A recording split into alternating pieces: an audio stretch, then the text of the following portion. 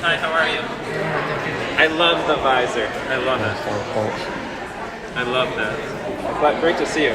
I swear I asked Shannon if she was going to be here yesterday. She said she was going to be in Fairport. Fairport's not happening tonight, so. Yeah. The Peaceful Warriors are at it again, back at it again. We're the Peaceful Warriors. The logo is this little egg thing. It's great because what it does is it allows us to generalize around a local area and put everybody that kind of misbehaves into another category, I think. So we'll see how that goes.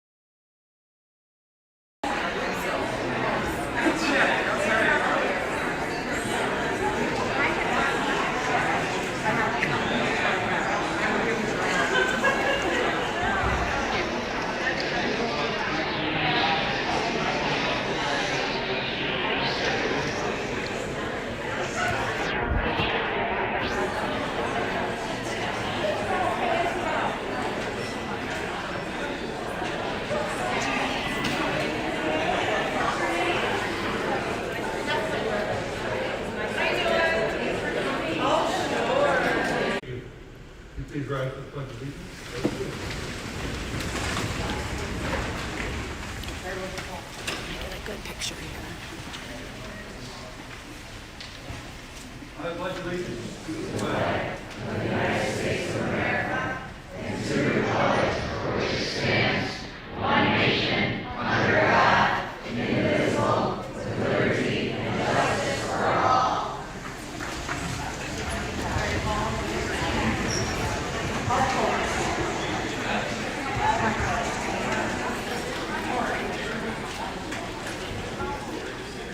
At this time, I'd like to introduce Lila Lisa. Lila is one of Hilton N.Y. Are you going to sit closer or you just want to stand back here? Okay. I'm really just here to observe and support, you know. Same thing. It's their district. I'm with them. Mm-hmm.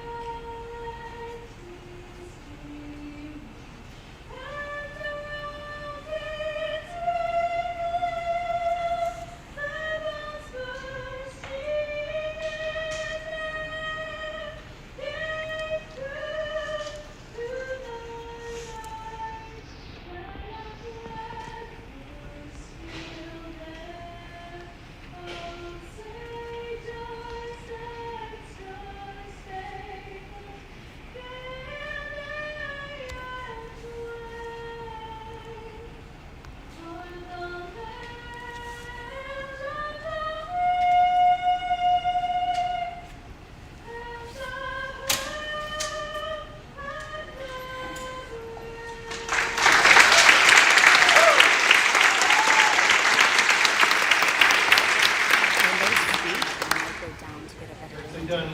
Thank you very much. at least a profile or And thank you to her voice coach, Mrs. Fuller. get the agenda real quick. Good evening, everyone. Thank you for attending tonight's Board of Education meeting. We ask that all members of the audience in attendance this evening please comply with the current state mandate on wearing a mask at all times while indoors, regardless of vaccination status.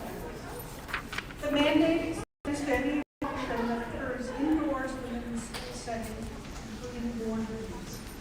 If you are unwilling to follow this state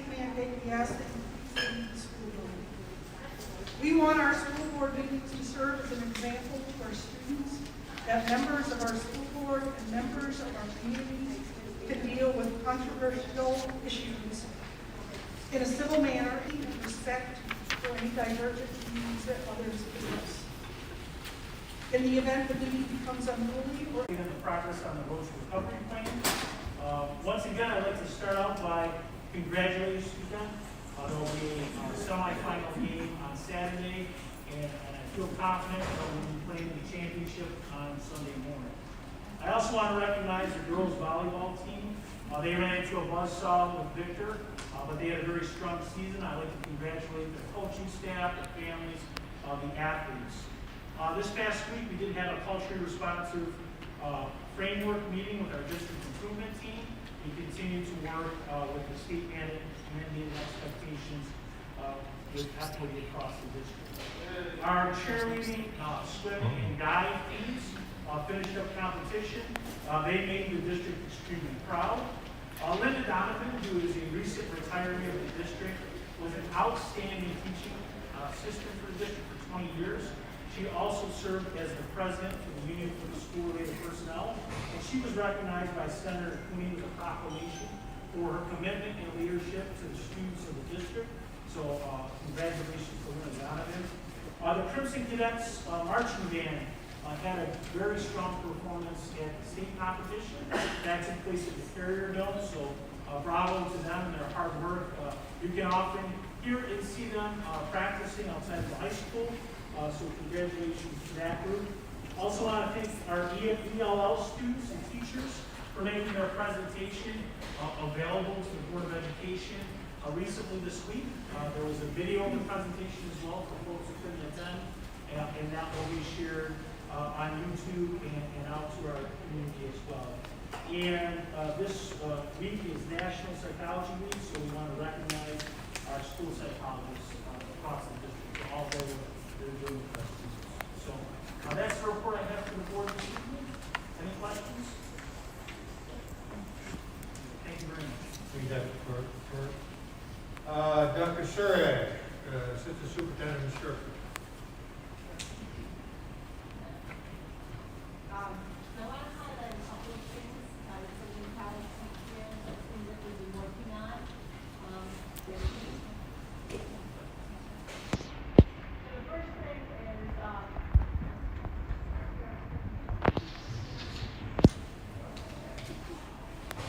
as you know, all of our students in 11th grade are in International Baccalaureate in English in 11th grade. They have two options. They can either take language and literature or literature. When we started this back in, our students needed to do what was called an individual oral commentary. And in order to prepare our students for that, we thought that it was important that we scaffolded this all the way down into 5th grade. We have been doing this since 2015. Right before the pandemic happened, we went to a training and IB changed the individual oral commentary to the individual oral. And what it was more focused on certain global issues that students would talk about through the literature. They would be prepared, 10 minutes, students would have to talk with their teachers, and then 5 minutes questioned by the teachers. So we looked at this and we said, okay, how are we going to scaffold this down? And we did, but as I said, the pandemic occurred, so it was a little bit not as followed through with all of the teachers and all of the students because of what we were doing in the pandemic. This year, we have decided that every student will be doing this, so we worked on that this week. I want to share with you how it's actually scaffolded down. So students in 11th grade take a global issue, that's in the diploma program. The global issues are the same as what's global context in the middle years program, and as the same as the transdisciplinary themes in the primary years program, and are the same as the enduring issues in the social studies. So it's really important that we have students see that there's those connections. In the DP program, they have the same prompt. It's examine the way in which a global issue of your choice is presented through the content and the form of one of the works and one of the bodies of works that you study. Then in 9th and 10th grade, it's pretty much the same except for it's the global context. And then in the 7th and 8th, they take one global context and they show how that is related to one of the passages in the novel that they read and a short story. And in 5th and 6th grade, they analyze and explain global context that are presented in 2 texts that they study. Here are the global contexts, because people sometimes ask what they are. There are 6 global contexts. For example, in identities and relationships, the questions are, who am I and who are we? In the areas of scientific and technical innovation, it would be, how do we understand the world in which we live? In fairness and development, what are the consequences of our common humanity? So all of our planners, there's a global context that, a lens in which the work is, the students participate in that work. Unbelievable. So there's some differences in each of the grade levels, as you can see, where there's 10 minutes in 11th grade that the students talk and 5 minutes for teacher questions, down to 5th grade where we ask the students to speak for 3 to 5 minutes with a 3-minute conversations. The similarities are students have time. Students have time in class to prepare. They're able to choose their text. IB is very, very big in having student choice. We give our students graphic organizing.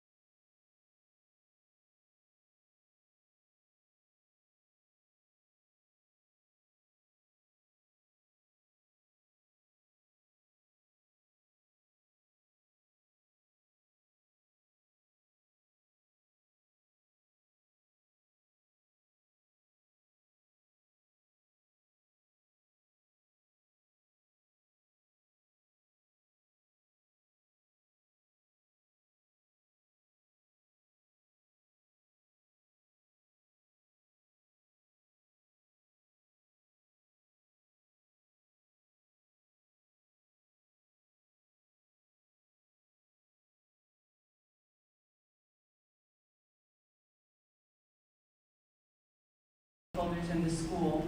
We have teams attending BOCES with Jim Wright for workshops. Then we have individual building work that's happening, and what I'm presenting to you here is what the district is doing in order to prepare. So all of these areas are working on this so that we can move forward to that vision of what our district should look like. All of the work, however, by the Leadership Council, both MTSS teams, and the district all leads into the work that's happening at the building. So they're all there to support the building. So the district team will look at the practices and processes that need to be consistent. We need to, we're going to make a decision on where we're going to store this information. We're either going to store it in our system eDoctrino in campus. We still have to make that decision. We're going to create an ad hoc committee of some of the representatives who are attending BOCES with us. They're people attending from all of the 5 buildings, so that our forms, processes, and all that are consistent. 100%. And then we'll make sure that we facilitate what we to the specific buildings. And then the other thing that I want to talk to you about at our program coordinators meeting, we talked about the personal project and civic readiness. I've shared that with you before that right now there's a couple of districts that are piloting the civic readiness. We wanted to make sure that once again we make that connection with what our students are doing in our personal project.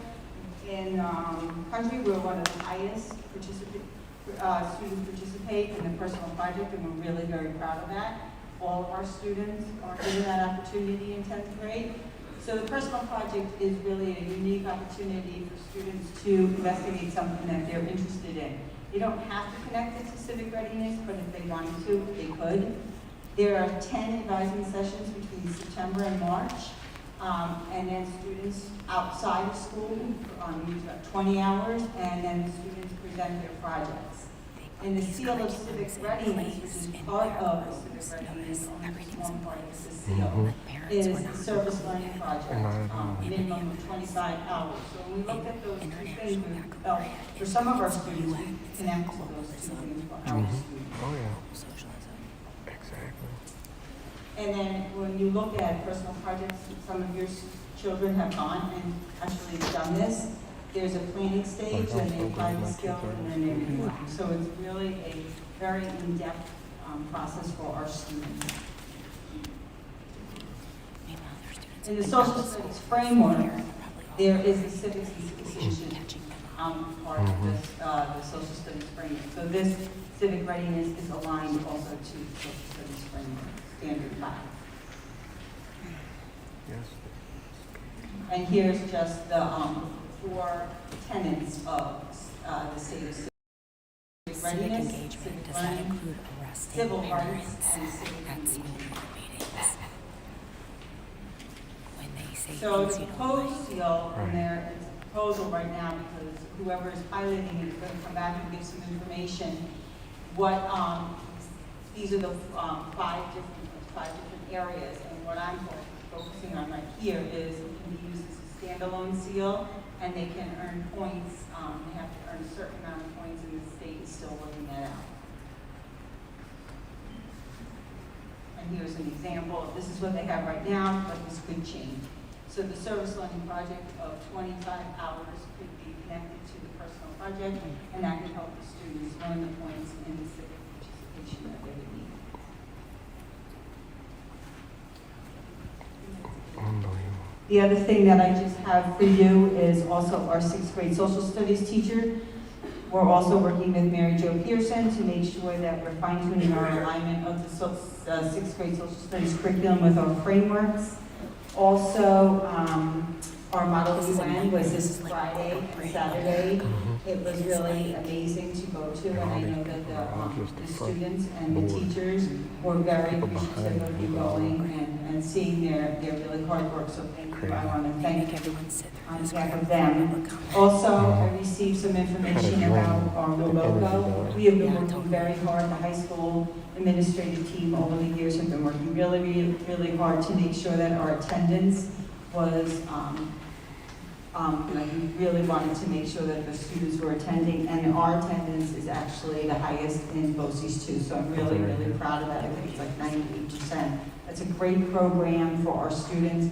Our students who leave there can be employed, and we're very proud of the work that they're doing. Okay, put us out of our misery, please. Any questions for Dr. Sturda? Actually, Doc, I have a question. On the oral commentaries, they do them each year? Yes. World commentary. Starting in Oral. 5th grade? 5th grade they start, yes. And then, do they have to, the topic that they choose, do they have to choose that topic like something that's approved? No, the prompt is the same, but the different global contexts could be different, as they are different, as well as the works that they are studying. And then civic readiness, have you started that yet or no? No, originally it was supposed to start, and then COVID occurred. It was supposed to start this year, and COVID occurred, and then they said that they were only looking for schools in large urban or small rural. And then they changed it to some districts that are participating in that. We're hoping that next year it's a full rollout. You're welcome. Any other questions? Thank you, Dr. Sturda. Assistant Superintendent of Human Resources, Ms. Dale, please. Good evening, everybody. I just wanted to give you an update on some of our staffing needs. We do currently have 38 vacancies as of that includes tonight's agenda for snow report. Despite we had a recent job fair, we've done a huge social media campaign. We are going to see another flurry of social media campaign closer to Thanksgiving. We want to make sure our alumni that are coming home and also our college students that can serve in any capacity, a substitute capacity. So we are really seeking to do that. Again, attending the Monroe County Personnel Directors meeting last Friday. Every district continues to struggle with substitutes, as well as trying to recruit candidates. So Again, we are going to continue to try to seek individuals that may be popping back in for Hilton, not only for a quick return, but a longer return coming December. So we'll certainly use that help. We had our annual retiree meeting today. It was very well attended. Wendy Rafford did a great job of organizing for our retirees. It was great to see many of them. They asked about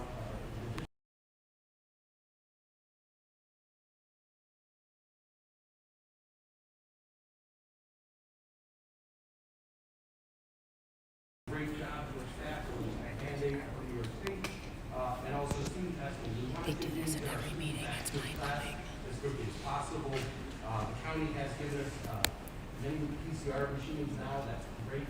So what we've done is we worked with a staffing agency. We are in the final stages of that. We know that the symptoms are sometimes families can't get tested, so we're hoping to offer that within the next 2 weeks.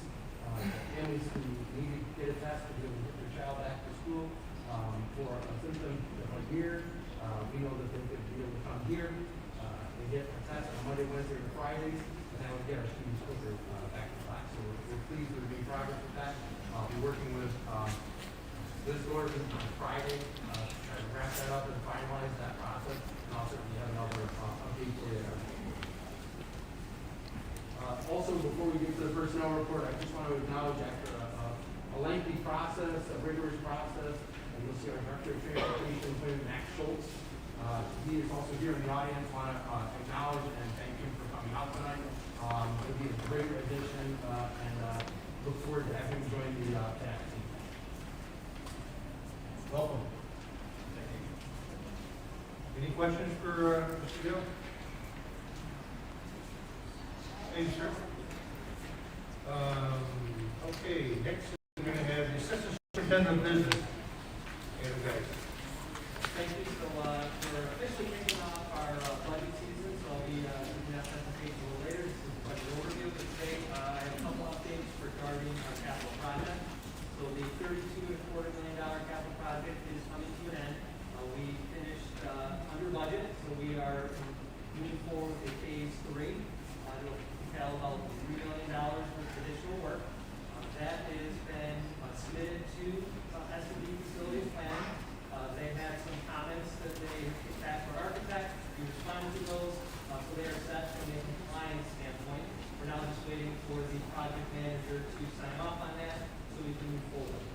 So we met today with our internal capital project team to discuss next steps as far as bidding and schedule and what that is going to look like as we move into the start of phase 3, which will be the ultimate completion of the $32.25 million project. The second thing I want to mention related to capital projects was something that Dr. Nestor did touch on in his administrative report, and we'll be taking some action later this evening, and that is related to the renovations that are taking place at the Northwood main office. So we have been working closely with facilities planning to get approval from them to move forward with an emergency project.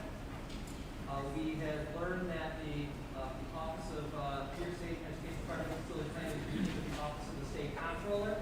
We have not heard the results of that meeting, but tonight we'll be taking the action to have the board deem that emergency project so that we can move forward. This is something that we are using some piggybacking language on so that we can go out to vendors that have already gone through a competitive bid process to go through the renovation work. So there will also be 3 prime contractors on tonight's agenda for approval moving forward with that. And then the last piece I want to talk about is future capital project. So we had a capital reserve that was approved by the voters several years ago for a total amount of $4 million. We have since maximized that reserve. We are looking to plan our next capital project. We are going to be starting the long-range planning committee, the board-level committee. We will be including various stakeholder groups within the school community, as well as administrators, buildings and ground personnel, etc., to help develop and shape the scope of the next project. And then we are hopeful to be able to go out to a vote. That committee will take place in I'm gonna make my way up. Call upon Christian Toledo? Toledo? Thank you. He gave me insight on a bill that he is looking to get passed. This bill will issue that students in 11th grade should take a mandated class in the necessities of an adult career, such as taxes, how to manage your bank account, how to find the right people to help you. I'm here this evening to all teammates and families regarding the current overnight trip policy that prevents us from preparing to go to the annual spring break baseball trip. We appreciate the opportunity to be here and articulate our thoughts on the opportunity we are missing as a result of the current policy. 2020, we lost the entire get valuable practice time from the pleasant weather practice we did not get due to our climate. As a result, practicing in the gym is our only option. I'm here to tell you practicing baseball in the gym is very difficult. We learned how long-range planning occurs with this trip, how working together to fundraise can help ease the financial costs of going. I also think leadership skills are developed. Seniors can take an active role in developing safe alternatives to something. Austin, Cologne, please.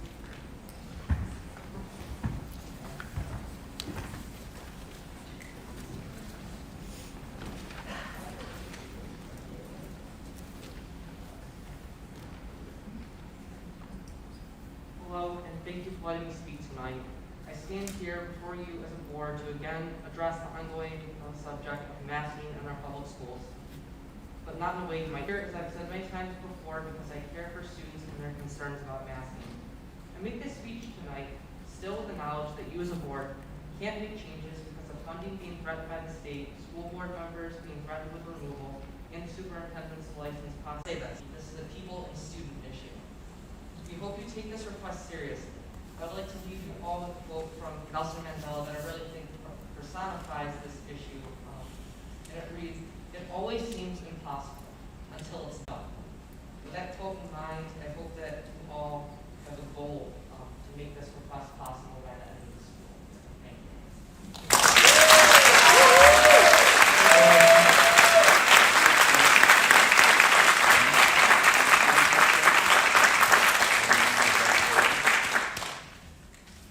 Next item, I'm going to ask Christina Yates to come forward, please.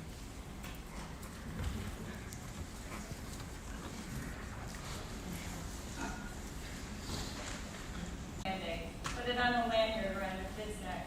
It's a law that you don't have to abide by a mandate. Secondly, I want to know why the nurse at the high school is not aware the vax bus is coming. Or is she lying to us, the parents? Rockport was told in their board meeting, Spencerport was given a letter, and the bus has already been to Gage Tri-Line. How does our school nurse not know? If it does come to Hilton, are you allowing implied consent on vaccination day? The WHO put out a statement that says an implied consent process by which parents are informed of imminent vaccination through social mobilization and communication, sometimes including letters directly addressed to the parents. Subsequently, the physical presence of the child or adolescent with or without an accompanying parent at the vaccination session is considered to imply consent. This practice is based on the opt-out principle, and parents who do not consent to the vaccination are expected implicitly to take steps to ensure that their child or adolescent does not participate in the vaccination session. This may include not letting the child or adolescent attend on vaccination day if vaccine delivery occurs through schools. So, in order to keep my child safe, I keep them away from school, exercising our right to free speech. We've been labeled a menace to society because we show up, we show concern, and because we question these mandates, your policies, and your curriculums. We, the parents, are not your enemy. The governor, the corrupt politicians, his current administration are. Start standing up to them, telling them no more. We understand that people who deviate from the narrative today are faced with a wall of hostility, rejection, and even elimination from the government, including funding agencies. Do it anyways. Stop taking the COVID comply or die money. Set the precedents for a better tomorrow. Stop making decisions based off media and fear. Stand up for our children, take back our schools, stop allowing them to dumb down our children's education. What happened to cursive? Stop trying to indoctrinate and groom them right under our noses with your pornographic books, your SEL, and your CRT. This nonsense needs to end. You sit up here and you think you know more than us. When it comes to our children, you know nothing. We, the parents, know what is best for our children. This is not it. You have to do better.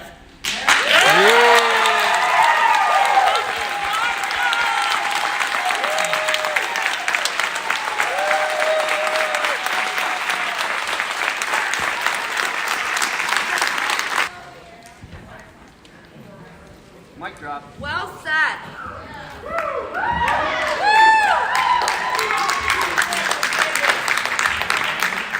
A moment to address. Almost like the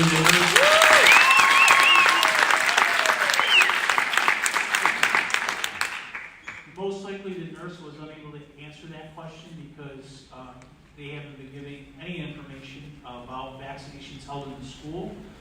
We will continue to abide by the fact that vaccination is the parent's choice.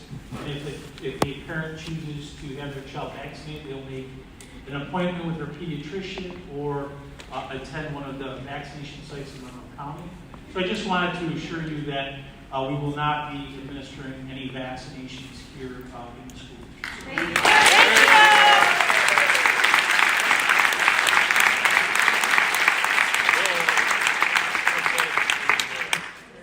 Okay, moving forward, Daniel Shafani.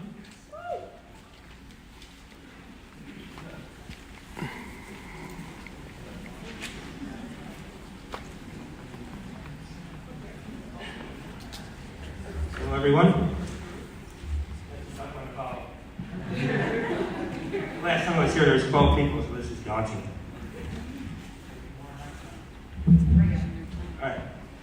My name is Dan Shafani. I'm a father of 3, 2 of which go to Northwood. Every night we sit around the dinner table, we talk about our days. My daughter Daniela, who is in kindergarten, always wants to go first.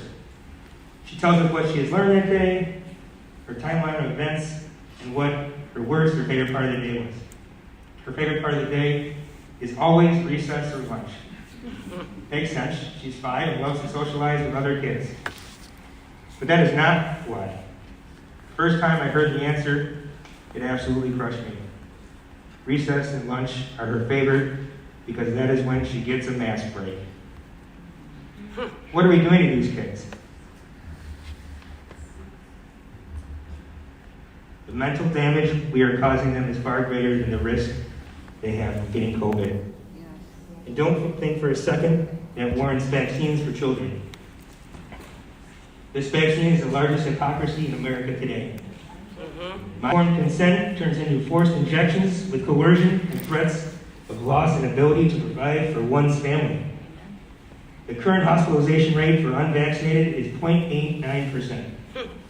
The current hospitalization for the vaccinated is 0.01%. In both instances, you're far more likely to die in a car crash than you are of COVID. Yet people still drive. Should we ban cars? No. Obesity is the #1 killer in this country, but vegetables aren't mandated. Only pharmaceutical means of protection apparently are the way. There is no cure for COVID. Natural immunity isn't recognized because it's free, and nobody can make money or mandate things if you gain natural immunity. 40% of deaths this year have been those of vaccinated individuals, and more have died this year than last, with almost half of the country vaccinated. I've had COVID. I'm a cancer survivor, and I've had a heart transplant. Without certain medical practices, I wouldn't be here today. I also know what it's like to live with the weakest immune system imaginable. What is happening around us is wrong, period. Are there people that should be vaccinated? Sure, they have that right. Our children do not have a voice, and it should only be the choice of the parents whether or not their children are vaccinated. Yeah, you're 3 minutes, you're up. I'm almost done. Wrap it up, please. Yeah, I'm almost done. It's not your decision. It's not your decision. It's not your decision when it comes to my family's health and well-being. We have been bullied and pushed around by the government far longer than we should have. It has been bad enough that adults have been subjected to blatant violation of constitutional rights. Demands or needed to see papers or else been on the right side of history. Thank you for your time. And it will not be. Right now, my daughter has been kicked out of school for 10 days, apparently by someone, because of someone who was exposed to the coronavirus. She's already a year behind. I don't understand when these policies will start to make sense again? I'd like an answer, please. You have my email. I appreciate it. Thank you very much.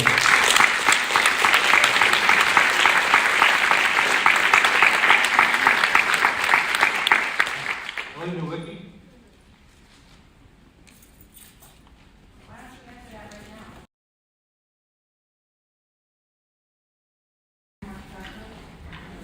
Related to test and state protocol for individuals who are not health department.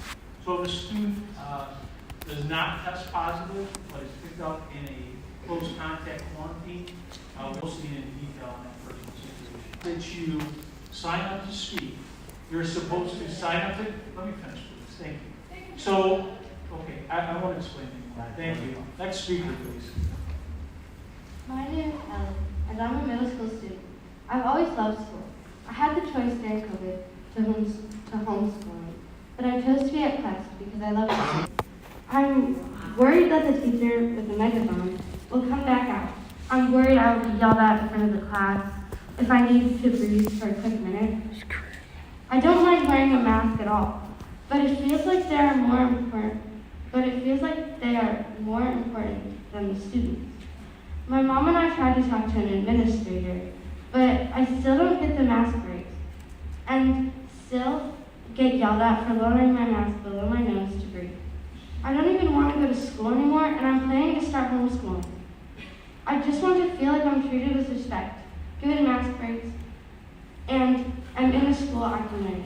Thank you.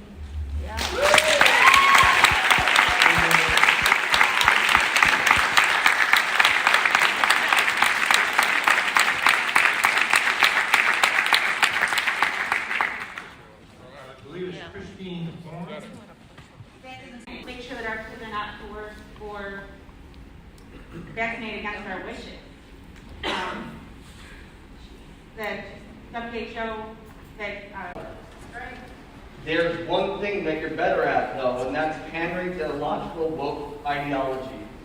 We are the groundbreakers for all sexually and race-geared literature in this district to be reviewed for sensitivity. Do we have your attention?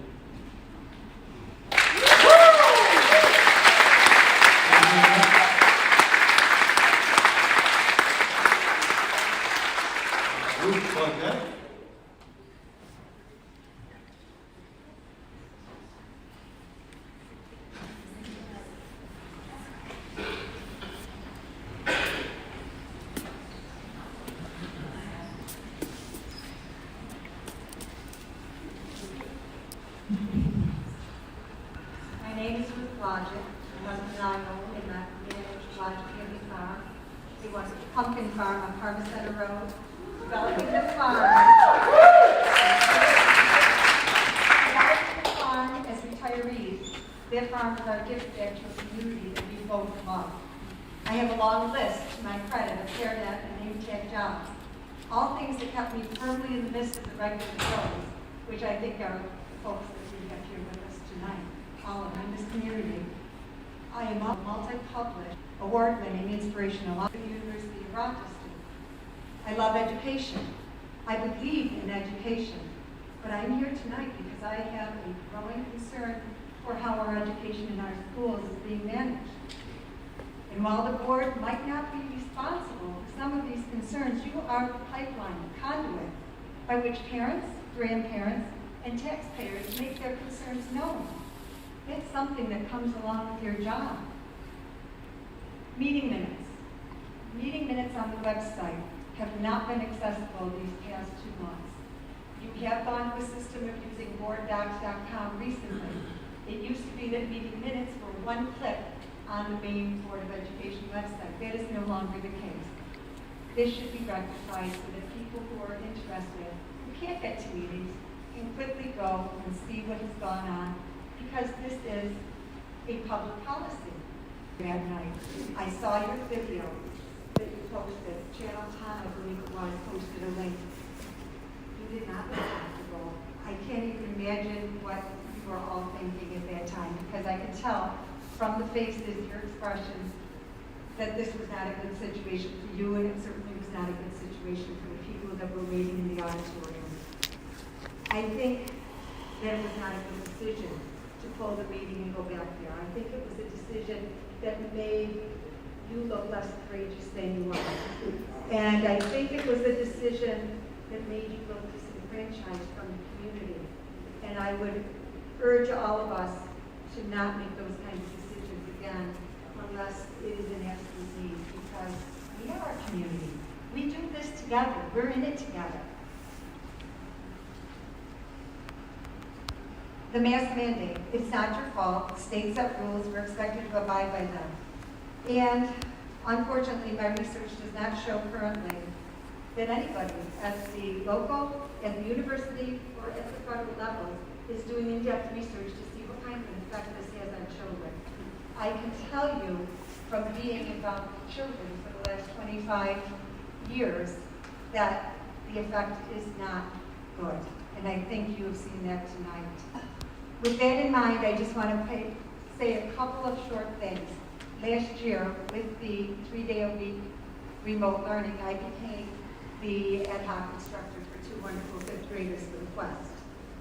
In less than a week, I realized that these 2 very smart children lacked proficiency in spelling, writing, and word usage, and sentence structure. I ordered grade 4 spelling curriculums and books on prefixes, suffixes, and root words. If you wonder, the basis of language arts begins. I was arrested for trespassing, exercising those rights.